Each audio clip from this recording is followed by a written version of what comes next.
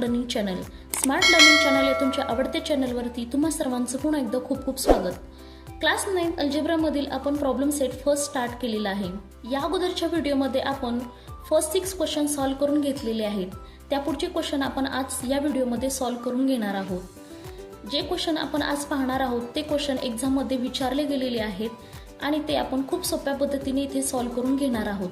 त्यामुळे व्हिडिओ शेवटपर्यंत नक्की पहा. प्रॉब्लेम सेट फर्स्ट मधील क्वेश्चन 7 आहे. Represent the union of two set by Venn diagrams for each of the following.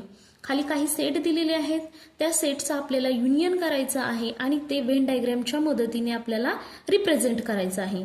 First आहे सेट ए आणि सेट बी आहे. सेट ए मध्ये एलिमेंट्स आहेत.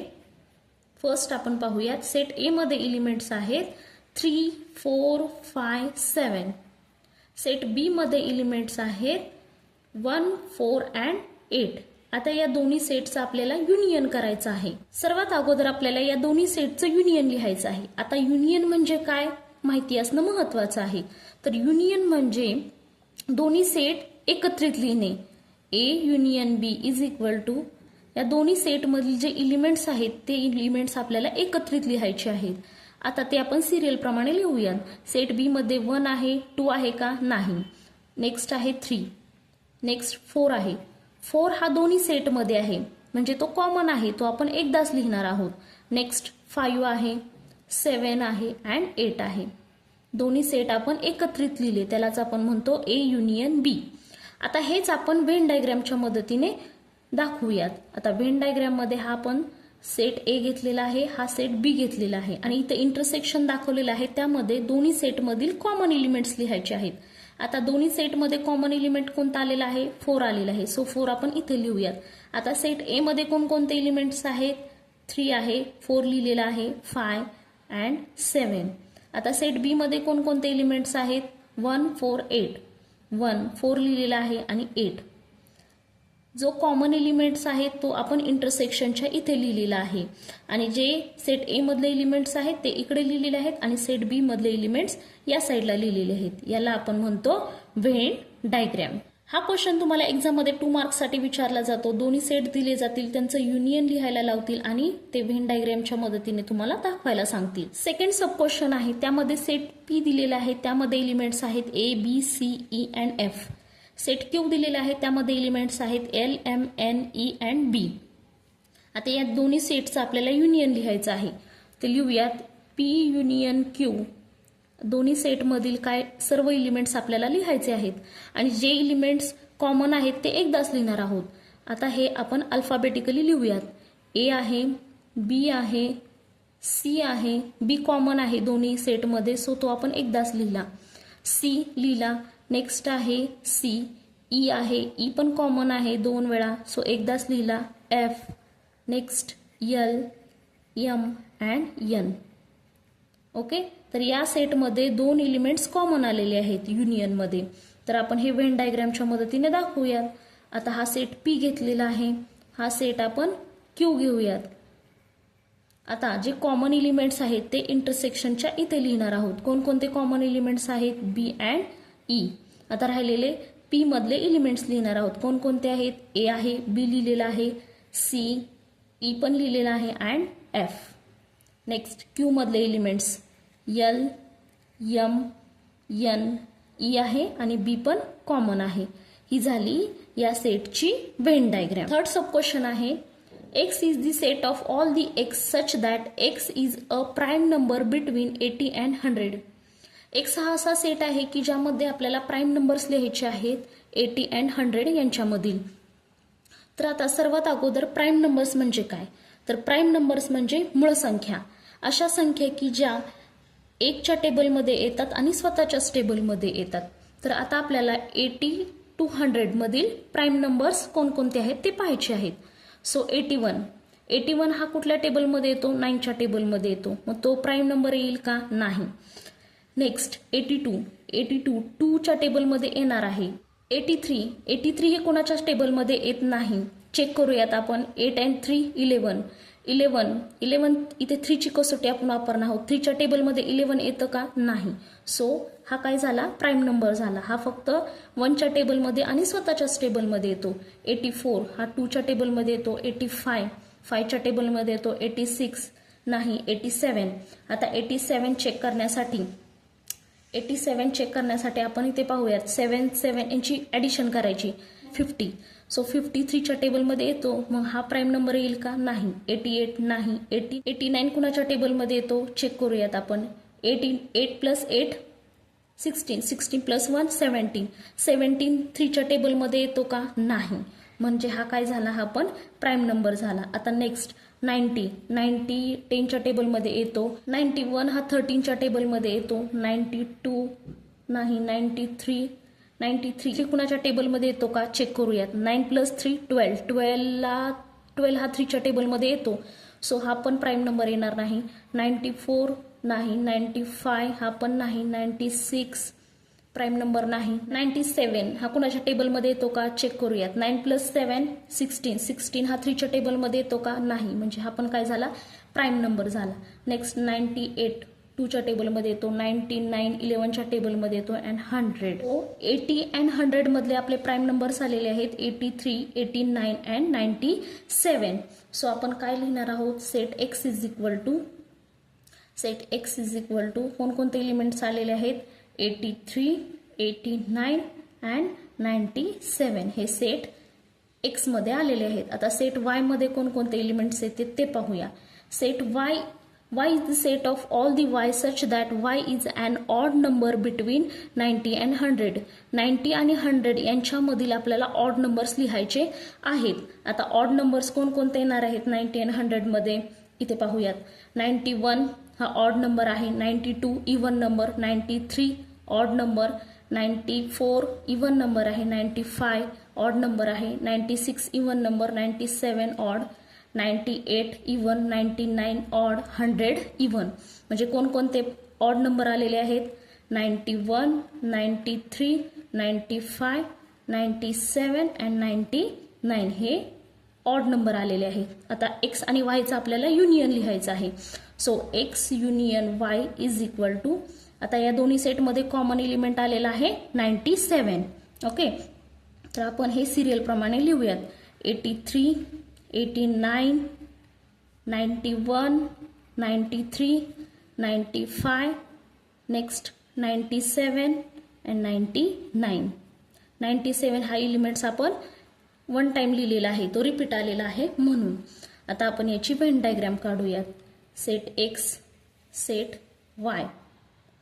सेट एक्स आहे हा सेट वाय आहे. आता कॉमन एलिमेंट इंटरसेक्शन जिथं झालेलं आहे तिथे लिहिणार आहोत 97. आता सेट एक्स मधले एलिमेंट्स लिहूयात 83 अँड 89. व्हेन डायग्राम रिप्रेझेंट करत असताना आपण दोन्ही सेट घेतलेले आहेत, सेट एक्स आणि सेट वाय. जो कॉमन एलिमेंट्स आहे तो इंटरसेक्शनच्या इथे लिहिलेला आहे 97.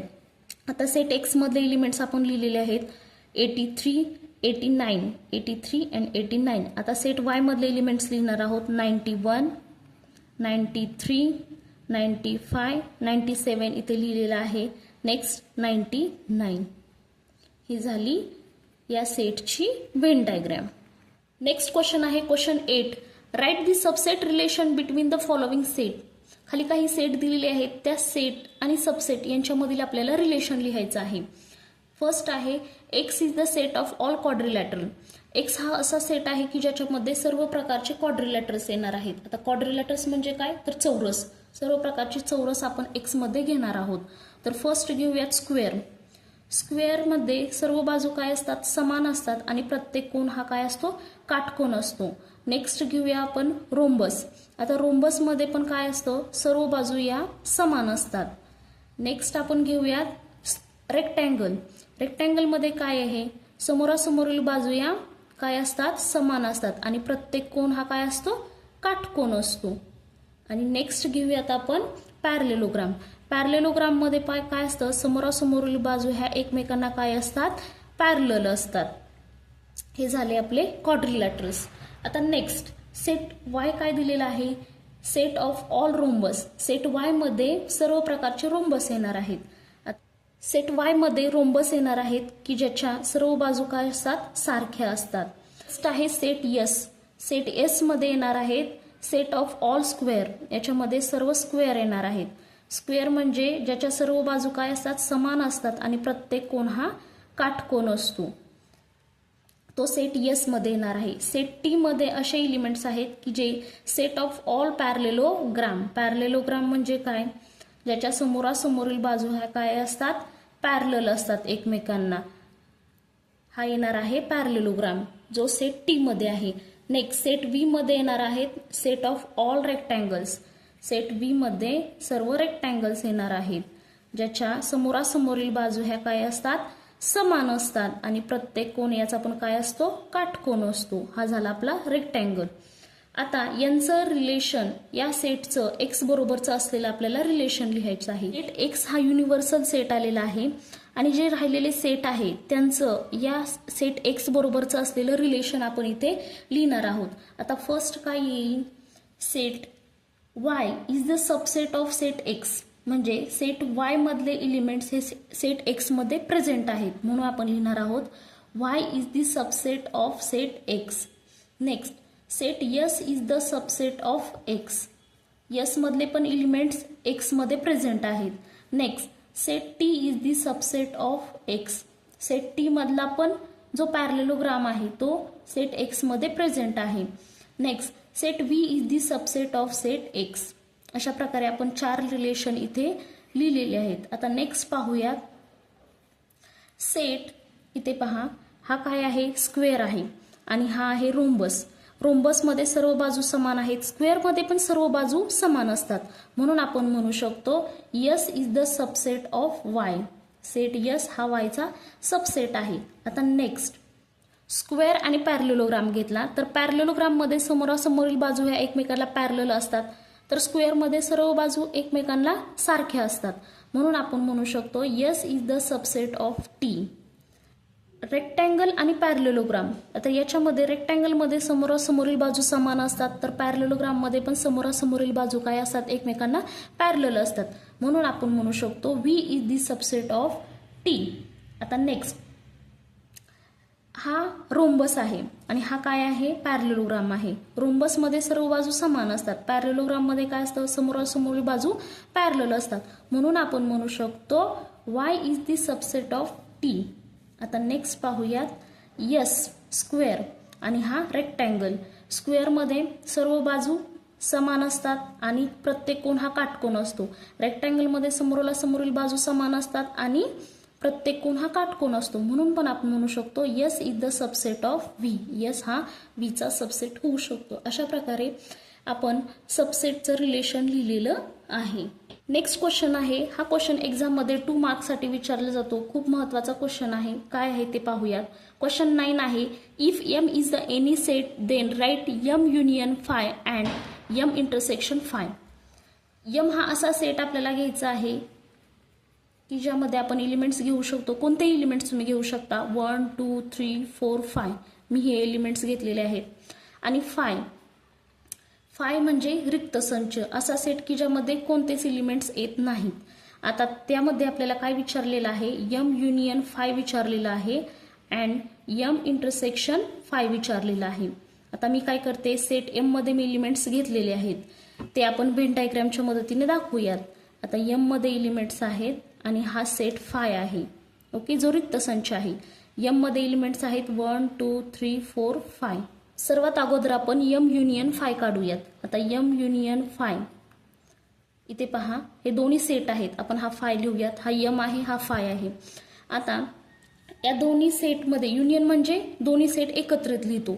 आता फाय मध्ये कोणता एलिमेंट्स आहे का, नाही, म्हणजे सेट एम मधलेच एलिमेंट इथे येणार आहेत 1 2 3 4 5.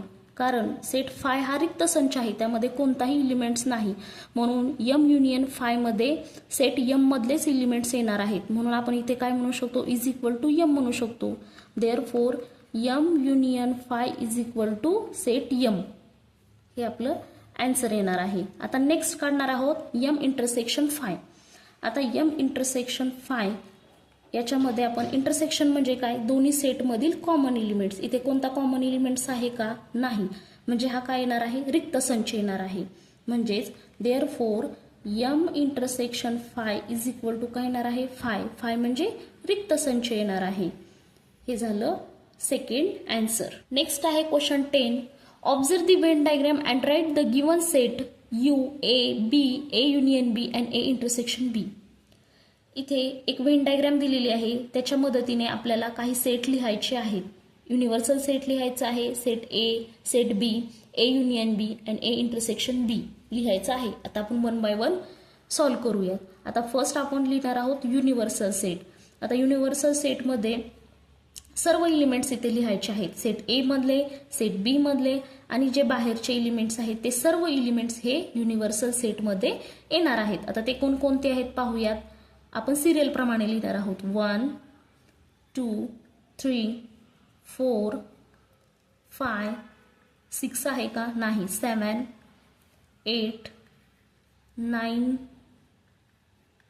10 11 अँड 30. 12 नाही यामध्ये. हा झाला आपला युनिव्हर्सल सेट. आता नेक्स्ट आहे सेट ए. सेट ए मधले एलिमेंट्स लिहायचे आहेत. सेट ए मध्ये कोणकोणते एलिमेंट्स आहेत, एवढे एलिमेंट्स हे सेट ए मध्ये येणार आहेत. कोणकोणते आहेत, 1 2 3 5 अँड 7. सेट बी मध्ये कोणकोणते एलिमेंट्स आहेत, तर हे एवढे सगळे एलिमेंट हे सेट बी मध्ये येणार आहेत. कोणकोणते आहेत, 1 5 8 9 अँड 10. हे सेट बी मध्ये येणार आहेत. नेक्स्ट आहे ए युनियन बी. आता ए युनियन बी म्हणजे काय, सेट ए आणि सेट बी मधील सर्व एलिमेंट्स कोणकोणते आहेत, एवढे या दोन्ही सेट मधले सर्व एलिमेंट्स कोणकोणते आहेत, 1 2 3 5 नेक्स्ट 7 8 9 अँड 10. ए युनियन बी मध्ये आपण दोन्ही सेटमधील सर्व एलिमेंट्स लिहित असतो आणि जो कॉमन एलिमेंट्स आहे तो एकदाच लिहित असतो. सो 1 आणि 5 आपण वन टाइम लिहिलेला आहे. आता नेक्स्ट लिहिणार आहोत आपण ए इंटरसेक्शन बी. आता इंटरसेक्शन म्हणजे काय, दोन्ही सेटमधील कॉमन एलिमेंट्स. तर ते कोणकोणते आहेत, 1 अँड 5. 1 अँड 5 हा कॉमन एलिमेंट्स आहे. अशा प्रकारे आपण व्हेन डायग्रामच्या मदतीने युनिव्हर्सल सेट लिहिला. सेट ए लिहिलेला आहे, सेट बी लिहिलेला आहे, ए युनियन बी लिहिलेला आहे आणि ए इंटरसेक्शन बी लिहिलेला आहे. या प्रॉब्लेम सेट मधील नेक्स्ट अँड लास्ट क्वेश्चन आहे question 11. If n of a is equal to 7, n of b is equal to 13, n of a intersection b is equal to 4, then n of a union b is equal to question mark.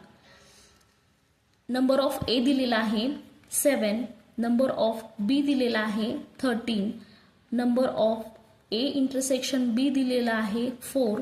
आपल्याला काढायला सांगितलेले आहे number of A union बी. हा काढायचा आहे. इथे 3 value दिलेली आहेत, चौथी व्हॅल्यू आपल्याला काढायची आहे. ही व्हॅल्यू काढण्यासाठी आपल्याला एक फॉर्म्युला आहे, तो फॉर्म्युला माहिती असणं महत्वाचं आहे. तो फॉर्म्युला कोणता आहे, number of A union B is equal to number of A plus number of B minus number of A intersection B. हा फॉर्म्युला आहे, खूप महत्वाचा फॉर्म्युला आहे, सर्वांनी लक्षात ठेवायचा आहे. नंबर ऑफ ए किती आहे 7 प्लस नंबर ऑफ बी किती आहे 13 minus number of A intersection B किती आहे 4 आहे. सो 13 प्लस 7 किती येईल 20. So 20 minus 4 60. सो 16 आलेला आहे number of A union B. Number of A union B ची व्हॅल्यू आलेली आहे 16. खूप सिंपल क्वेश्चन आहे. याच्यामध्ये तिन्ही व्हॅल्यू तुम्हाला दिलेली आहे, चौथी व्हॅल्यू काढायची आहे. त्यासाठी एक फॉर्म्युला माहिती असला की त्या व्हॅल्यू त्या फॉर्म्युल्यामध्ये पुट करायच्या आणि फायनल आन्सर काढायचं. हा क्वेश्चन एक्झाममध्ये 2 मार्क्ससाठी कंपल्सरी विचारला जातो. अशा प्रकारे आपण प्रॉब्लेम सेट फर्स्ट खूप सिंपल वेने इथे सॉल्व्ह करून घेतलेला आहे. जरी तुम्हाला याच्यामध्ये काही डाऊट्स असतील तर ते मला कमेंट्समध्ये नक्की सांगा. आणि असेच एज्युकेशनल रिलेटेड व्हिडिओ पाहण्यासाठी स्मार्ट लर्निंग चॅनलला लाईक करा, शेअर करा अँड सबस्क्राईब करा. Thank you friends.